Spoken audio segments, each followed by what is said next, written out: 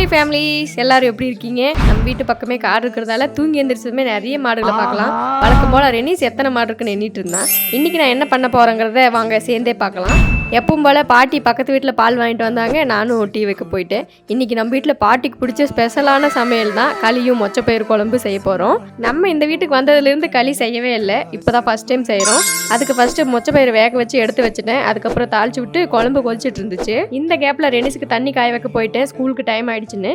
இங்கே வந்து ரெனிஸ்க்கு இருக்கிற ஃப்ரெண்டுனா இந்த குட்டி தம்பி தான். 2 பேரும் சேர்ந்து எந்நேரமும் சுற்றிட்டே இருப்பாங்க.